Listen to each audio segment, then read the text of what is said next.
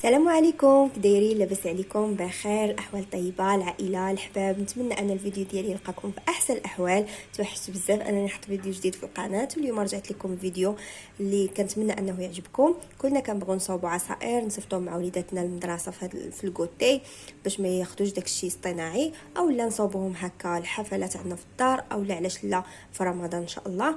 اليوم جيت لكم فيديو سهل وبسيط. كلنا كنصاوبوا العصير غير اغلبيه غير بالحامض ومع شفاتها.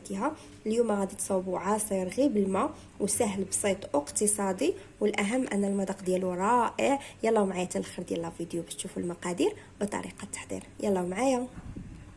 بالنسبه للمقادير ديالنا غادي نحتاجو هنايا 2 حامضات منقيين مزيان، محيده منهم ديك البيوضه ومحيدين منهم العظام، مقطعينهم دواور بحال هكا. هنا غادي نحتاجو 2 تفاحات كبارين اولا 3 متوسطين. السكر كيبقى على حسب الذوق، والماء غادي نحتاجو تقريبا اطرق ل4. دابا عندي هنايا نص لتر، من بعد غادي نزيد 4 لتر. دوزو للطريقه ديال التحضير. ناخذ كاسرونه نديرو فيها التفاح ديالنا والحامض، ونزيدو ليه نص لتر ديال الماء، ونديروه فوق البوطه ماشي بزاف. اون فوا يبدا يغلي نحسبو 10 ديال الدقائق ونطفيوه. من بعد ما طبخ التفاح ديالنا والحامض ودازت 10 ديال الدقائق، خليته حتى برد واحد شويه كيف ما كتشوفوا هكا، غير باش ما يضيع لكمش مولينيكس ديالكم. غنخويوه في واحد الاناء بحال هكا اولا في مولينيكس. نضيفوا السكر كيف ما قلت لكم كيبقى على حسب الذوق، وغادي نبداو نطحنوه حتى نخلطوه مزيان. عاد باش نضيفوا الماء غادي نزيدوا واحد 4 لتر ديال الماء باش نكملوا التخلاط ديالنا، ولكن حتى نخلطوا هذا الاول هذا يندمج لينا.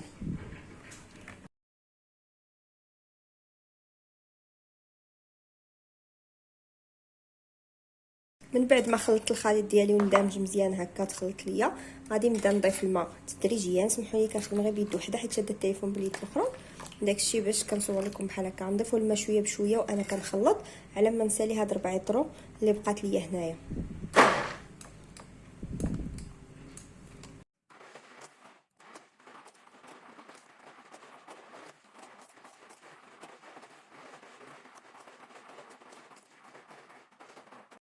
من بعد ما ضفت ديك 4 لتر ديال الماء، دابا غادي نصفيه. ديك اللي ما كيبغيش يلقى فيه ديك الحبيبات الصغارين اولا داك اللب ديال الحامض يصفيه. اللي كيبغي ماشي مشكل واخا يلقاهم يردوه في شي قرعه باش يبرد، حيت راه باقي دافي. كيف ما قلت لكم خليته غير يبرد واحد شويه باش نقدر نطحنو باش ما نضيعش الماكينه ديالي. كيف ما نتوما تخليوه باش ما تضيعوش مولينيكس ديالكم اولا اي حاجه تخلطوا بها. دابا غادي نديرو في هذه القرعه ونديرو يبرد ونتلاقاو. وهذا هو الشكل التكستور ديال العصير ديالنا من بعد ما وجد. كيف ما كتشوفوا راه ما كيجيش جاري بزاف وما كيجيش خاتر، صراحه كيجي رائع. نتمنى انكم تجربوه وتردوا عليا.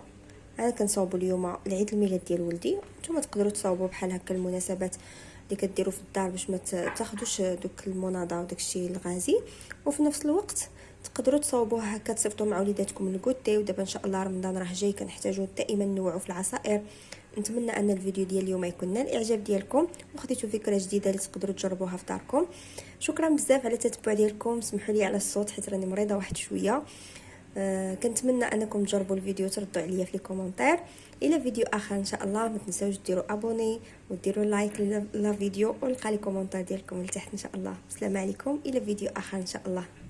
السلام عليكم.